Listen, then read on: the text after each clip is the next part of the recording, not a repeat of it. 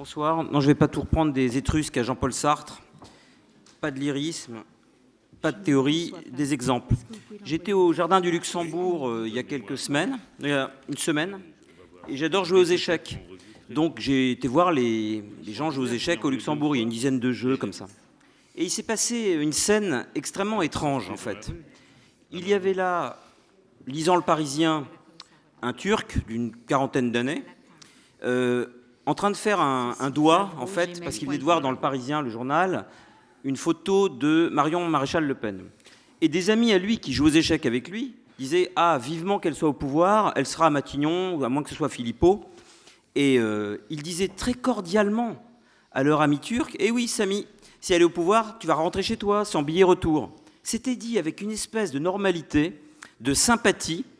Et j'ai compris quand même ce jour-là, il y a une semaine, je suis loin à la détente, je n'ai compris ça qu'il y a une semaine, mais mieux vaut tard que jamais, que d'une certaine manière, la crainte que nous essayons d'analyser ce soir, les miasmes que nous essayons de sculpter à la loupe, sont en fait tellement rentrés dans les mœurs, dans le sang, dans les veines, que les intéressés eux-mêmes, ceux qui haïssent et ceux qui sont haïs, se côtoient, en tout cas dans l'échantillon que j'ai vu ce jour-là, font de l'humour comme si tout cela était parfaitement normal et accepté, et ils en restent toujours amis, puisqu'ils continuent à faire une partie, sachant très bien que parmi les joueurs, il y a ceux qui votent pour le Front National et ceux qui vont en faire les frais.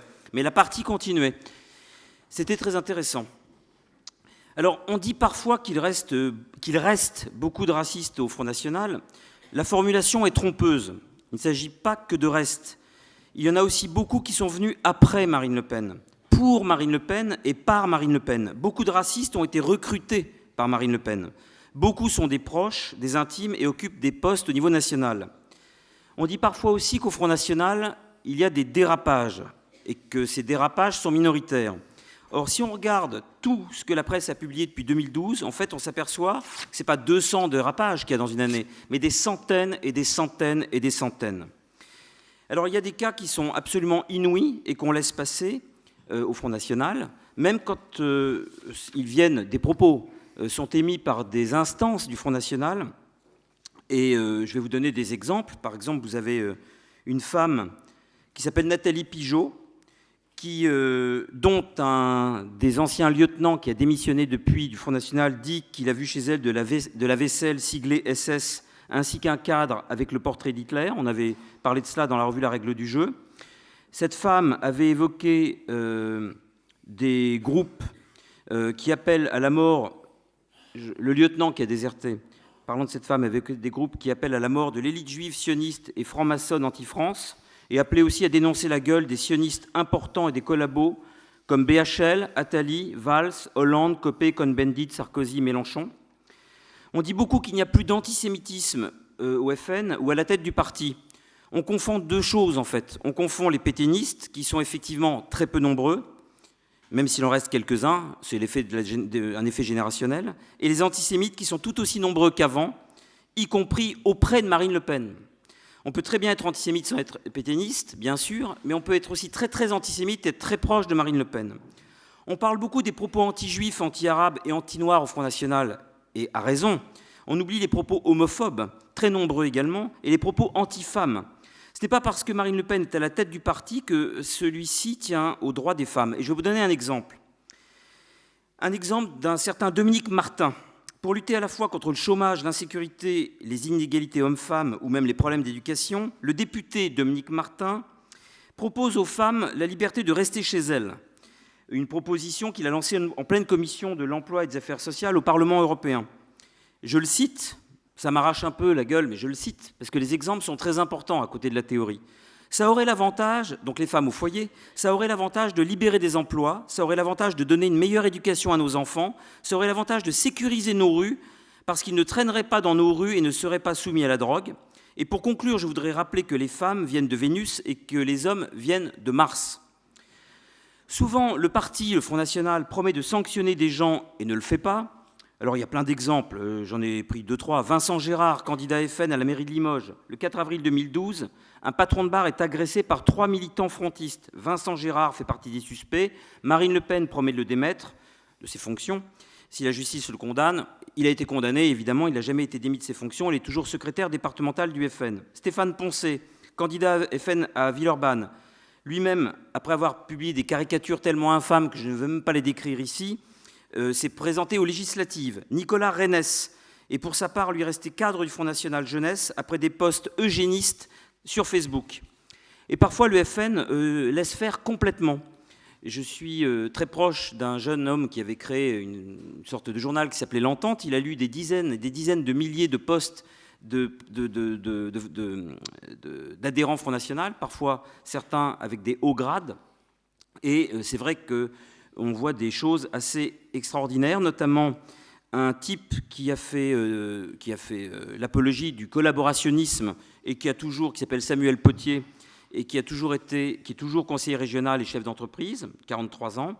Il écrit ceci, c'est bien les exemples. Je suis là pour vous donner quelques exemples de ce que j'ai pu recueillir sur Internet, et j'en aurai bientôt terminé. Les Juifs de France sont chez eux partout, et les antisémites ne sont chez eux nulle part. Alors pour éviter toute méprise sur son avis sur la question, il a adjoint au message le hashtag « Je suis partout », en référence au tristement célèbre hebdomadaire que vous connaissez tous, qui était un hebdomadaire collaborationniste et antisémite, et qui a connu de grandes heures pendant l'occupation. En janvier 2015, ce même Samuel Potier, le jour des attentats qui ont visé Charlie Hebdo, avait commenté en termes islamophobes l'exécution d'un policier par les terroristes boulevard Richard-Lenoir. Il avait écrit « La lâcheté des musulmans n'a pas de limite. Tirer sur un homme à terre leur importe peu. » Rebelote le 12 janvier 2015. Pourquoi ne protéger que les écoles juives? Il s'agirait donc d'un problème communautaire.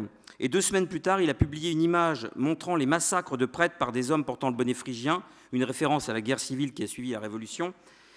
Et il a accompagné le dessin de cette mention. Quelle différence entre la République française et Daesh? Viennent s'ajouter d'autres contenus comparant les musulmans à des cochons et des assassins, ou encore les femmes voilées à des volatiles de basse-cour. Alors, je terminerai en disant que ce ne sont pas les ouvriers les plus pauvres qui votent FN, ce sont les ouvriers qui sont juste un peu moins défavorisés. Ce ne sont pas ceux qui vivent dans des localités où les inégalités explosent qui votent le plus le FN, ce sont plutôt ceux qui vivent à proximité de ces localités-là. C'est donc la peur du déclassement, plus que le déclassement lui-même, qui mène au vote Front National. De même, ce ne sont pas ceux qui vivent dans une ville pleine de migrants qui votent Front National. Ce sont ceux qui vivent dans un endroit où il n'y a pas d'immigrés, ou juste un ou deux, mais qui en croisent lorsqu'ils prennent le RER ou le TER. C'est la peur de l'immigré, plus que sa présence effective, qui mène au vote Front National. Il en va de même pour Trump, et à peu près partout ailleurs en Europe aujourd'hui. C'est la crainte d'un déclassement social, culturel, économique, statutaire, qui pousse à voter pour les droites extrêmes. C'est un sentiment d'inquiétude, d'absurdité, d'abandon, d'effondrement inéluctable à venir, et de manque de repères. C'est ma dernière chose, je ne dirai pas de conclusion, puisque tout ça a été un peu dans le désordre, et je ne voulais absolument pas faire un exposé théorique, mais vous donner simplement des exemples, mais c'est très intéressant. Ces gens qui briguent le pouvoir ont évidemment leurs idées sur l'éducation nationale. Il y a donc un collectif qui a été créé, qui s'appelle le collectif Racine, et un des membres de ce collectif a publié un livre qui s'appelle « On achève bien les Français ».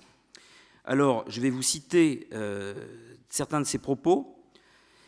Il rêve en fait d'un pouvoir de nature militaire, en suspendant toutes les aides sociales aux familles de délinquants, en leur imposant pendant 1 an des travaux d'intérêt général, en les rééduquant dans de vrais centres fermés à la discipline militaire, et pas dans un château pour la fée Clochette, en désengorgeant une justice bien trop lente au profit du maire à un bout et de l'armée à l'autre bout de la chaîne de sanctions, en mettant enfin hors d'état de nuire les rappeurs comme Abdoul X qui incitent à tirer sur les keufs.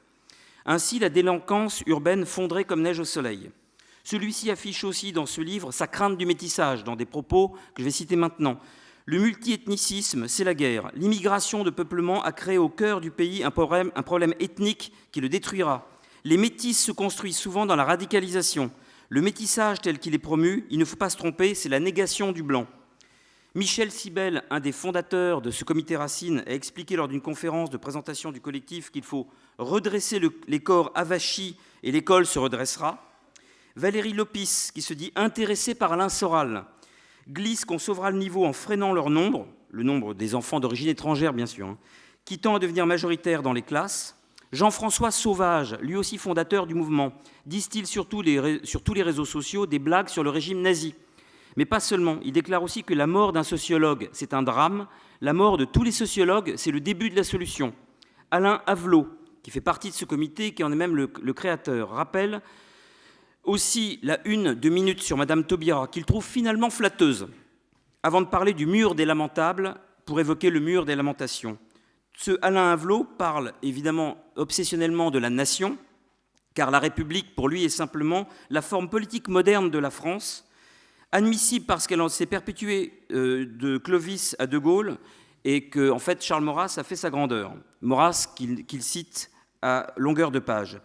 Enfin, Yannick Jaffray, qui n'est pas d'un personnage très lisse lui non plus, agrégé de philosophie, il affirme dans un livre sur Vladimir Poutine que le coup de génie ou de gangster du judaïsme, ce n'est pas de doper à la théologine la constitution d'un peuple, les païens le faisaient sans complexe universaliste, c'est de faire passer son bien propre pour le salut de l'humanité entière. Dès lors, les autres, goy ou kafirs, sont au mieux des montures, au pire des obstacles sur la voie du bien vers lequel l'élu les conduit, bon gré mal gré, mort ou vif. À leur égard, tout est permis, duplicité, mensonge, violence, double discours, morale, usage interne et externe. J'arrête là cette litanie de l'abject. C'était juste pour vous mettre en mémoire, mais malheureusement, vous êtes tous déjà convaincus que tout ce qu'on croit éteint brûle encore, tout ce qu'on croit oublier se vivifie, tout ce qu'on croit à vomir n'est rien par rapport à ce qui va venir si jamais ces gens qui ont prononcé ces propos peuvent les prononcer, les publier et les produire publiquement, officiellement et j'allais dire constitutionnellement. Merci.